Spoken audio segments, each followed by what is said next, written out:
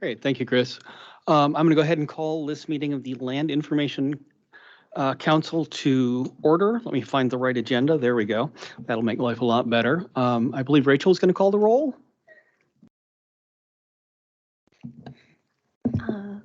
Supervisor McCullough. Here. Supervisor Steen. Here. Supervisor Hedlund. Here. Supervisor Zahns. Supervisor Vogel. Here. Supervisor Morehouse. Here. Supervisor Prochnow. Here. Supervisor Calabrese. Here. Supervisor Kinnear. Oh, I see Tom coming in. I'll skip and come back to Tom. Heather Kuhn. Here. Sophia Jevney. Here. Dan Dunbar. Here. Rich Ellefson. Here. Tom Carlson. Here. Melissa Gilgenbach. Here. Sarah Edwards, or Hanson, sorry. Here. All right, and Supervisor Quinn. Here. All right, thank you. I would entertain a motion to approve the minutes from the last meeting. I'll move approval, Mr. Chairman. Supervisor Morehouse and Supervisor Hedlund. Any speaking to the minutes? Seeing none? All in favor? Aye. Motion passes. Minutes are, oh, sorry. Any opposed? Getting ahead of myself. Okay, motion passes. Minutes are approved. Staff reports. Sorry, struggles here with the, there we go. I just first want to say thank you for everyone for being here. I know we only meet once a year, but it's nice to be able to have time to connect with you all and give you guys an update on what we're doing here and the work that gets done in land records and with this program. And it's an opportunity to ask more questions too. So most of you were here last year and heard this. But so the Land Information Council here in Dunn County is comprised of the executive committee members, as well as a representative from the Land Information Office, which we have two. So we have Land Information Officer, that's me and Dan, a realtor, that is Rich Ellefson behind us.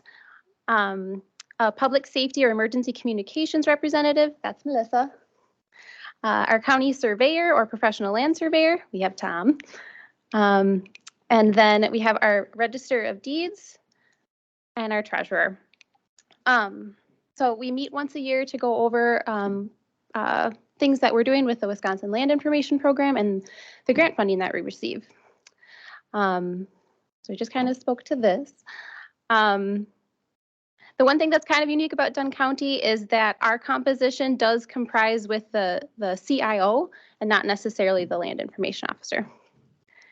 So following up on activities, so our land information team is comprised of 3 members. So that's myself, the Land Information Officer, and Sarah Hanson, our property lister, and then Brittany Rickey, our GIS tech specialist. So all of the work that we apply for grant funding with and then some gets completed by our team of 3. We maintain all the records within the land records management system. So the tax and assessment records for properties from documents that are recorded. We process all of those, and then that prepares, sets that table for tax time, which is what Sophia is working on right now.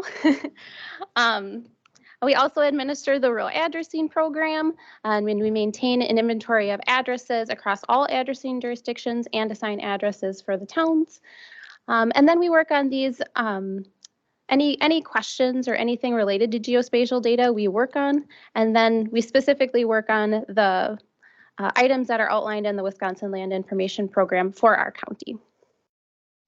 So we receive grant funding annually. And that grant funding comes from the Wisconsin Land Information Program.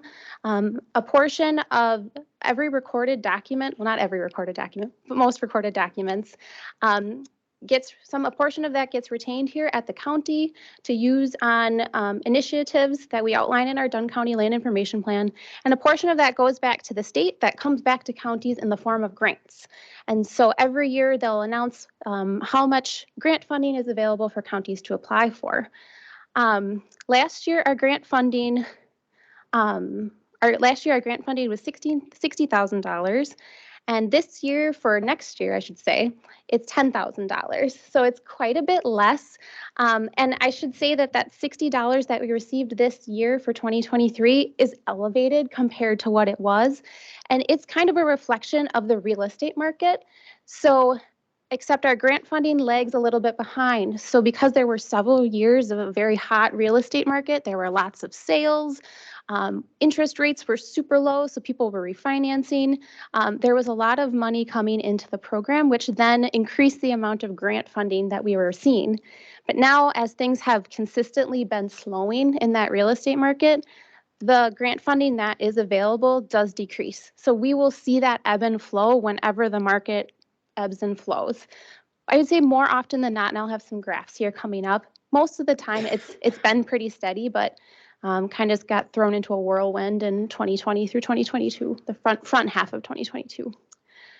But so that is strategic initiative grant funding. Those dollars go towards specific statewide initiatives. So working on PLSS remonumentation, remapping parcels based on that, aerial imagery, LiDAR, those all can be used for strategic initiative dollars.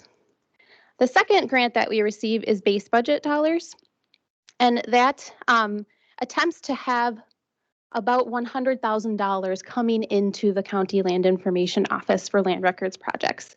So the award that we received this year was $20,520. For next year, we are eligible for just over $55,000. So as the real estate market slows down, our base budget will increase to try and keep us at a standard funding of $100,000 for our office. And then there is a training grant that is always consistently $1,000. And that is to have us go to trainings to keep our skills sharp and keep up with, industry standards. So in total, last year we received over $100,000 in grant dollars. But for next year, we're eligible for 66,000, just over 66,000. So we'll apply for those funds here in the next couple of weeks. So then here's kind of how that funding, you can kind of see how the funding can ebb and flow. So this shows recorded documents at the Register of Deeds office that are subject to WLIP. So you can see that we had, on average, we usually have about $500 in this particular month, or 500 documents. But you see a significant increase as we get deeper into 2020 in terms of recorded documents, and that sustained itself through 2021 and the whole front half of 2022. So that really elevates the amount of dollars that we can retain for these projects, but then it really affects the grant dollars that we receive as well. And so this year we are trending quite a bit lower in terms of funding for retained fees, and then that'll, that explains the 2024 amounts. And Heather has spoken to this as well in her committee. She sees, hers is even more affected by that. And it's nothing we really have control over. It's just the real estate market.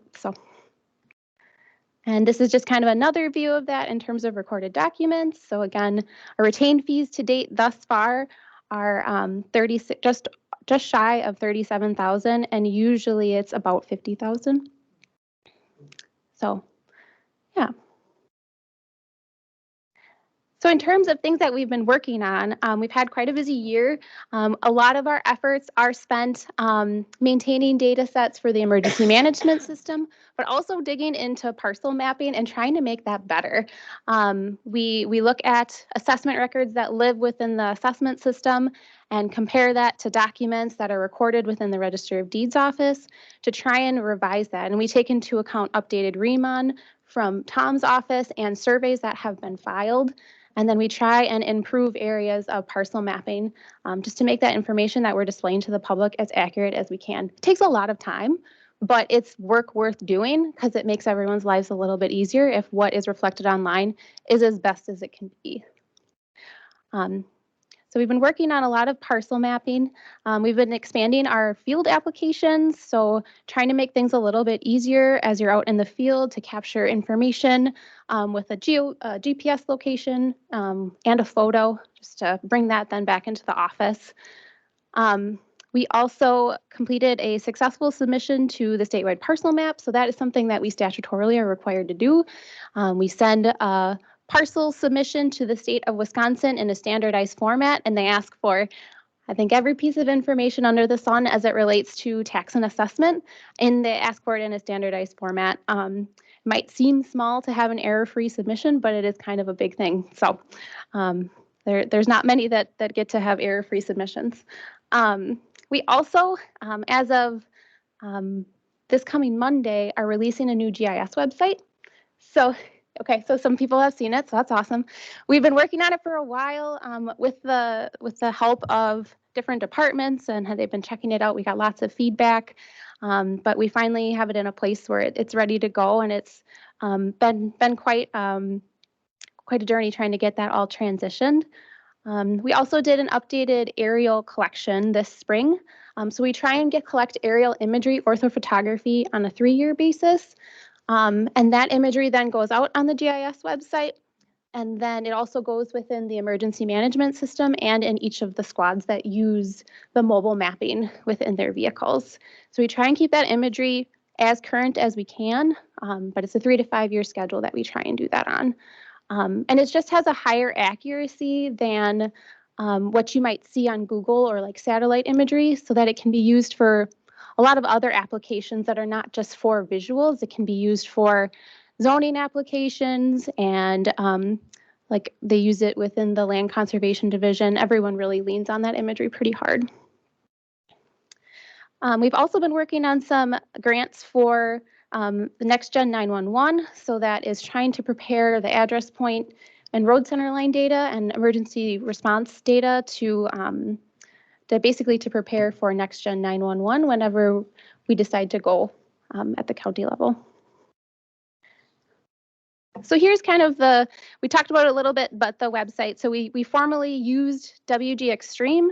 They are actually a company out of Eau Claire. So we used them, we implemented them in 2016. And yeah, we changed to Beacon this year. And it'll go live on Monday, but you can take a peek at it now. There's a link that we posted to the Facebook website for the county. But it definitely has better functionality than the prior one. It loads a lot faster. It works really well on a mobile device. So if you need to have that on your mobile device and you have good reception, it's a great resource.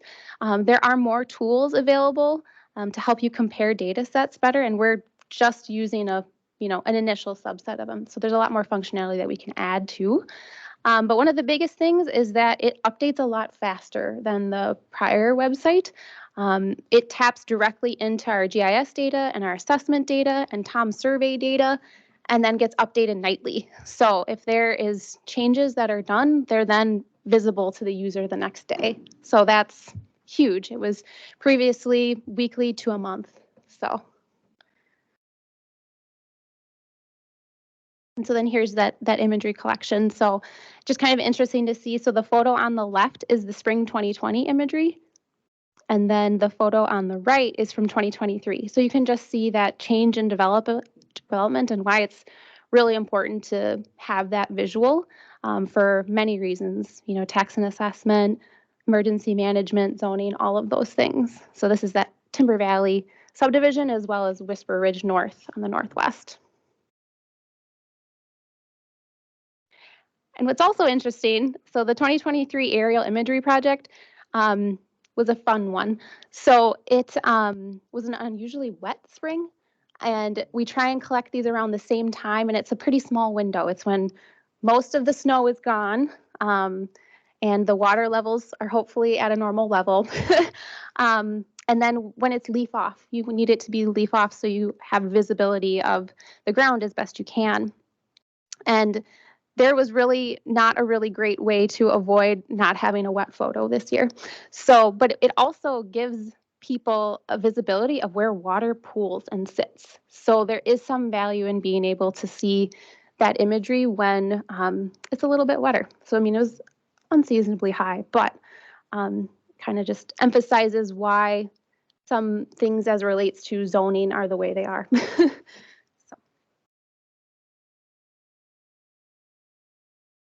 I guess with that, we have a PLSS remonumentation update from Tom and things that they've been working on. Thank you, Rachel. Good afternoon, everyone. I don't have a lot of information, but I just wanted to at least give you an update on what my office works on.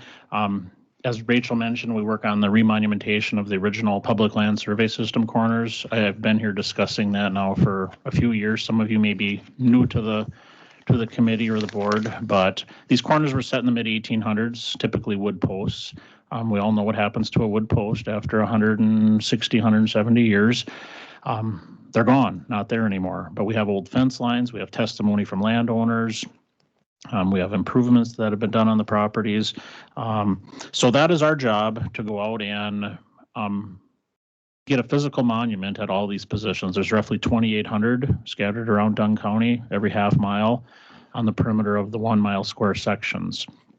So, and then when we're done, we generate a really accurate GPS coordinate, provide that information to Rachel's office.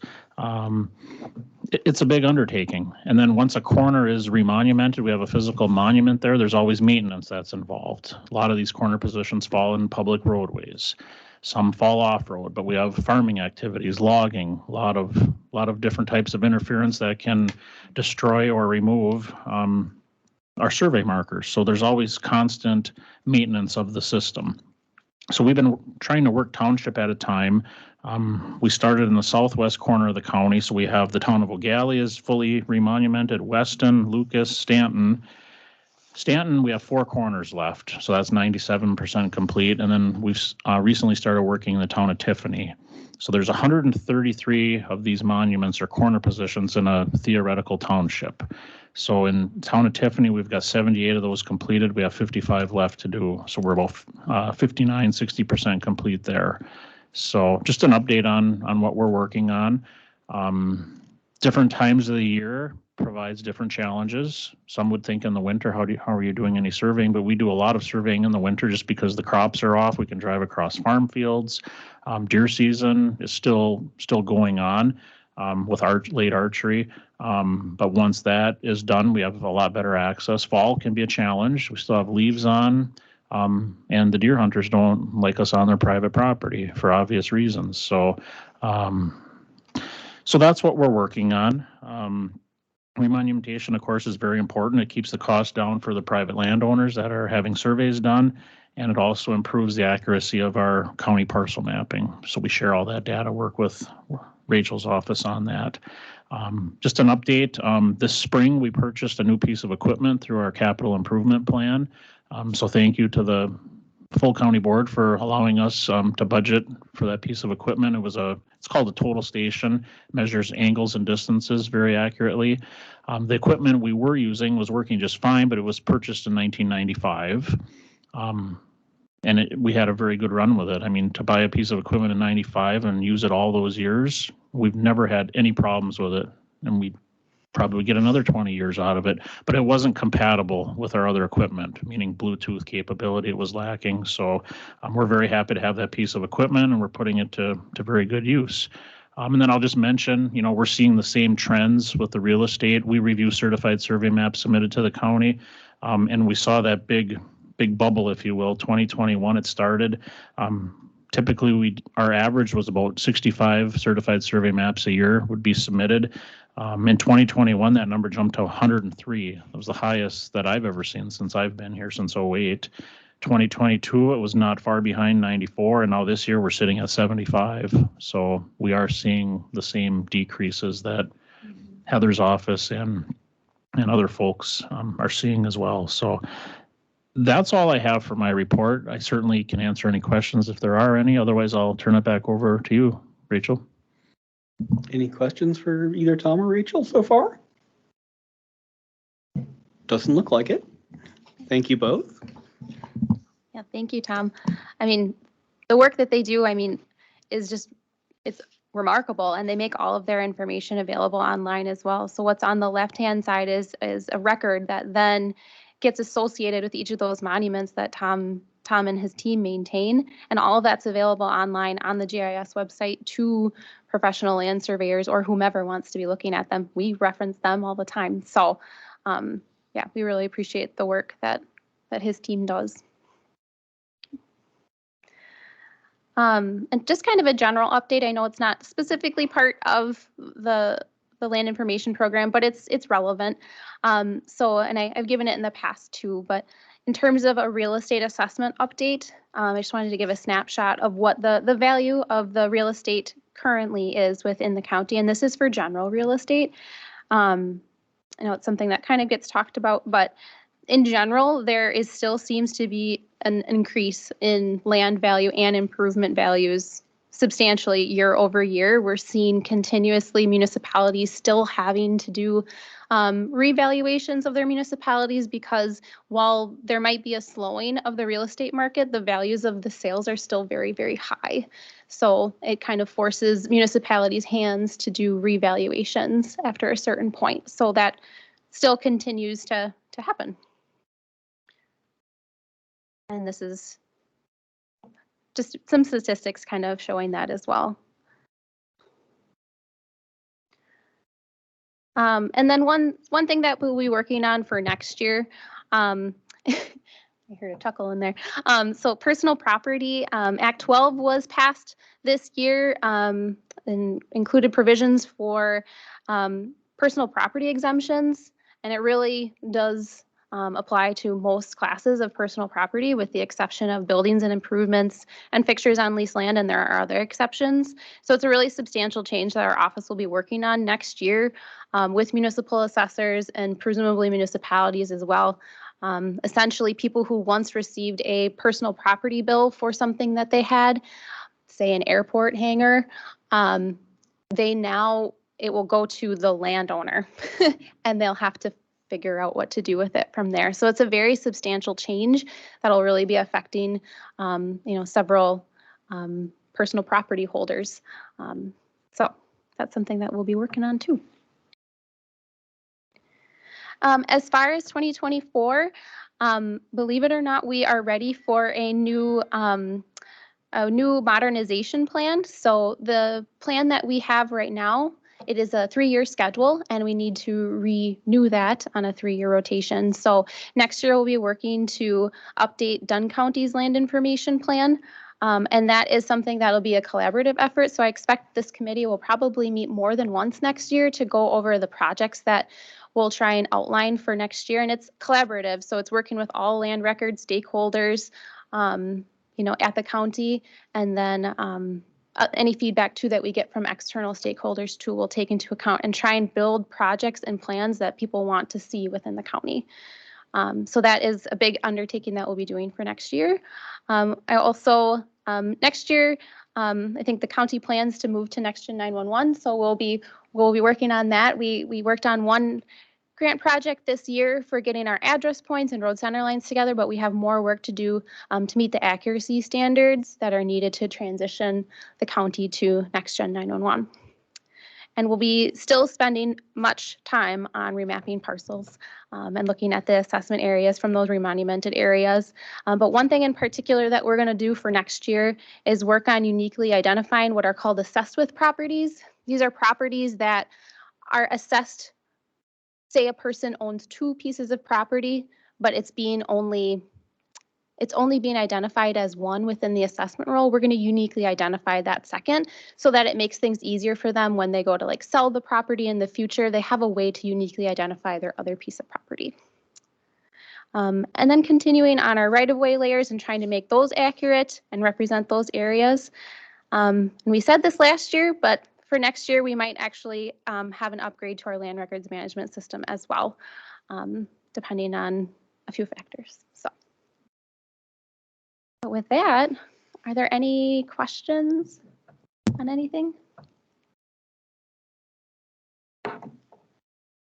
I'm not seeing any. Okay.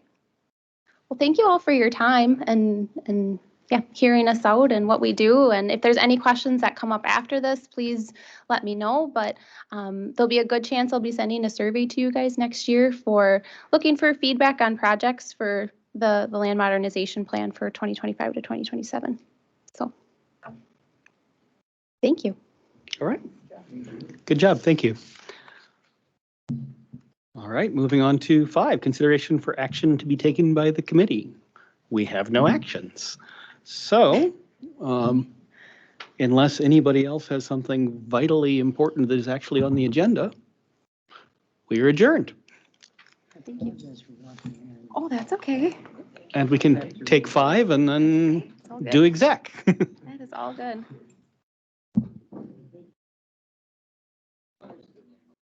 Yep, I'm working on it.